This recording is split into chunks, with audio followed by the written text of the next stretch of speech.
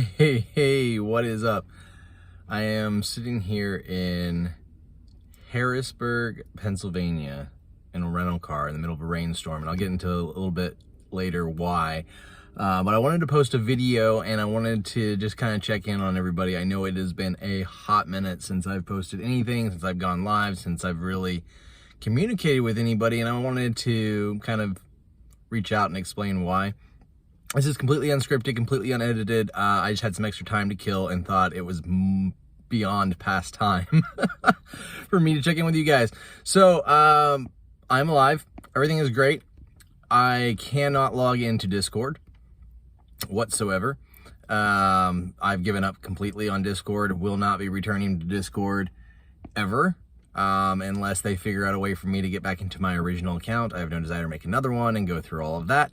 So yeah, that's why nobody's heard from me on Discord. I kind of posted something on Twitter ages ago about that, but haven't really been posting anything otherwise.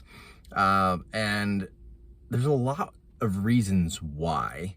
There's a lot of reasons why I stopped on Twitch, and I kind of went into some of it when I did my final stream, but I've had a lot of time since then to kind of do some soul searching, to kind of figure out my state of mind and where I want things to be and what things I was trying to accomplish. And I've had the opportunity to listen to a lot of podcasts.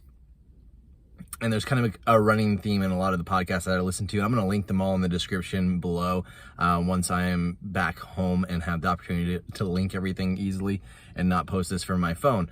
But I am in Harrisburg because I just checked in my son to a boarding school that's out here.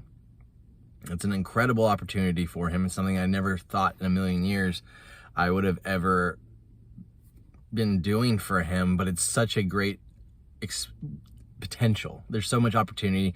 There's so much more they can offer him right now than I'd be able to anytime soon. But really what it boils down to, beyond his education, beyond the fact that he's going to be in a really good home setting with both male and a female, and just there's a lot of things that went into my decision, our decision to enroll him or to apply to enroll him. It's a very selective school. But the real core thing that it boiled down to was his social life. I am so busy with the work that I'm doing right now and have been for years that between work and taking care of him after I get home, making dinner, whatever the case may be, it's just been him and I for years.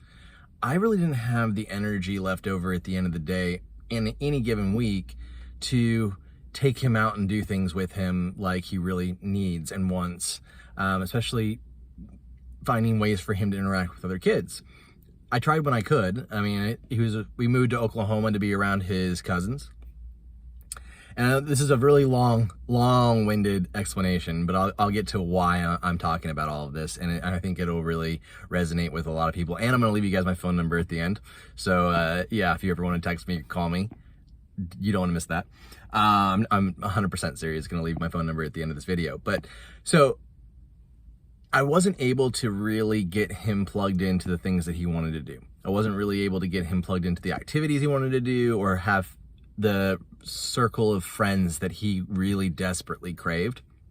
Just because of how exhausted I would be at the end of the day, I didn't feel like I had extra energy to try to coordinate play dates, or, I mean, I would take him to the park, take him to hang out with his cousins, but it really wasn't the same. So the real selling point, the real biggest benefit for him and I, and for his future right now, is the fact that he's going to be developing these lifelong friends that are going to literally be with him through thick and thin for the rest of his life. The strongest possible friendships that you can build are from graduates that have been through it and have been through it 20 years ago, and all in between. There's the strongest friends you can possibly build are the ones that you build in that kind of environment in boarding school. So I'm excited for him. I can't wait to hear who he's meeting and what he's doing. He's already plugged into a bunch of stuff. But why am I talking about my son and getting real personal about all of that right now in this very off-kilter, off-script video? It's because I realized something after finishing up a podcast I just listened to, that when I was gaming, when I was both between Battlefield and Call of Duty Zombies and even in Overwatch and some of the other games that I played, whatever game that I was playing, my goal for the better part of my streaming experience was to be the best.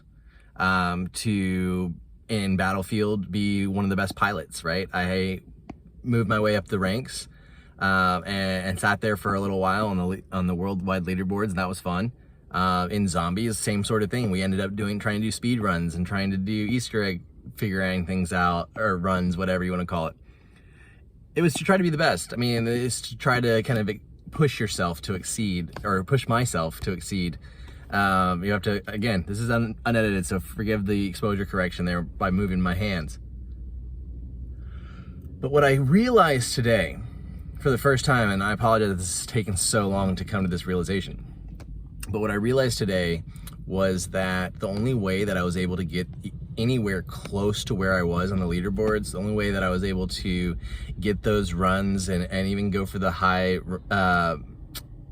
rounds in Zombies, which by comparison to a lot of you guys in my community and a lot of other people in the community wasn't even that high. But the way I was able to get there, the way that we were able to do everything with the Easter egg runs and the way I was able to sit up on the leaderboard in Battlefield wasn't because I was really all that good. In fact, there are a lot of people that could invest and spend way, way, way more time in it than I ever would have been able to. And there are a lot of younger kids and people that were far more talented. The reason why I was able to do as well as I did wasn't at all because of my own ability. It was because when I had games where I had the most kills in the jet, in Battlefield, it was because I had great people on the ground calling everything out. When it was just me in the air by myself, honestly, it was so stressful and annoying. I tried to avoid it as much as I could. So I brought in people like Lieutenant Dan's Legs and tried to encourage other people to play the game with me, because that's when I could be my best, was when I had my friends playing with me, when I had other people that were supporting me, that were encouraging me, that were calling things out that I couldn't see around the corners or on the ground. The same thing in Zombies. The reason why we were able to do as well as we did is because we had the same core group of people that we were able to rely on and fall back on, and we knew that certain people played in certain styles, and that would get us through certain situations. I mean, Lieutenant Dan's Legs was, the anchor in a lot of those situations. We had Jay Bouge, who would gladly run circles and be the silent partner in the background, but would always clutch it out when needed. It was because of people like that I was able to stream for as long as I was, and it was as enjoyable for me for as long as it was. But at the beginning of the year, it became very obvious to me, after spending a lot of one-on-one time with my son, that he needed more. He needed a better circle of friends. He needed somebody beyond just myself trying to encourage him and help him and support him in his life. And that's why he's at this school. And that's also the reason why I quit. A lot of the reason why I quit streaming is because I saw the influence it was having on him, and it wasn't the influence that I really wanted. But all of that long-winded back and forth, and this very much a rambling video to say that I miss you guys. I miss every single one of you guys, and I regret that I can't communicate with you guys really the same way that I used to be able to. And the fact that it kind of all ended abruptly, that was never my goal. I was dealing with a lot of different things that ended up coming to light in streams, and just personal emotions and things that I didn't have a real firm grasp on, because I'd been in survivor mode, survivor and fix-it mode for the past 5+ years of my son and mine's life, as we were just trying to figure stuff out. And in that time, really wasn't taking time to work on myself. But in these past several months and better part of this year, life has completely turned around by sheer will and determination and focus, but not on my own effort.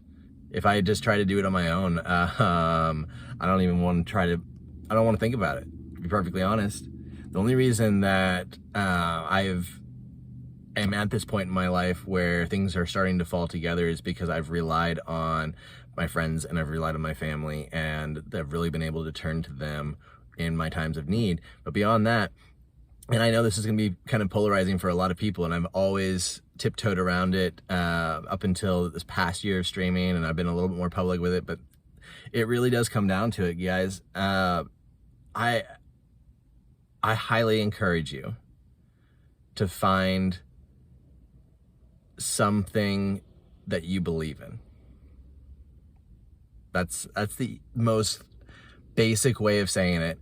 You know, whether you believe in God or stars or atheism or whatever the case may be, find something that you truly believe in that you can call upon. I would encourage that to be God, because that's what I've seen in my life be incredible. And that's really where this video is going to have to kind of end, because I'm going to end up just rambling all over the place without talking about a specific topic. But really, God made all the difference in my life. Turning my face towards him, turning my life towards him, making my decisions in a way that was Christ-centered. There were so many opportunities for me to give up, but I just kept praying, and I keep praying that God will supply all our needs according to his richness and his glory. And it may not make any sense. Often, it doesn't. But that's part of the journey in trusting him. You never know where it might take you. Hey, if you do want to reach out, if you want to talk, I know there was a lot of different things going on in this video. I plan on posting it as is. That was the whole idea when I started recording, is that this is going to be completely unscripted, completely unedited. I'm just going to talk right from the heart, right from me to you. So that's what this is. But if you want to talk, you can reach out to me. You can text me at 918-233-2774. Text me your Twitch username or your Discord handle, or however I may have associated your name to be. I know a lot of you guys kind of went back and forth. But send me something that I can identify you by. It doesn't have to be your personal name whatsoever. And then I will text you back from a 539 area code. That 539 area code is my actual number. So you're going to text 918-233-2774 with your Twitch username or your YouTube handle or Discord username, or however we used to know you by. And then I'll get back to you for my personal phone, and you can call me, text me from that. I may not be able to answer all your calls. I do work 12, 16 hours a day right now. So, but I did have time now. Wanted to post this to you guys, tell you guys I miss you, I love you, I care about you, I believe in you. You are all destined for great things. Do not give up on yourself. Find yourself a good circle of friends that you can fall onto and love and be around and support and grow from. Find something to believe in, because I believe in you. I know that's really cheesy, but it's true. Have a good one, guys.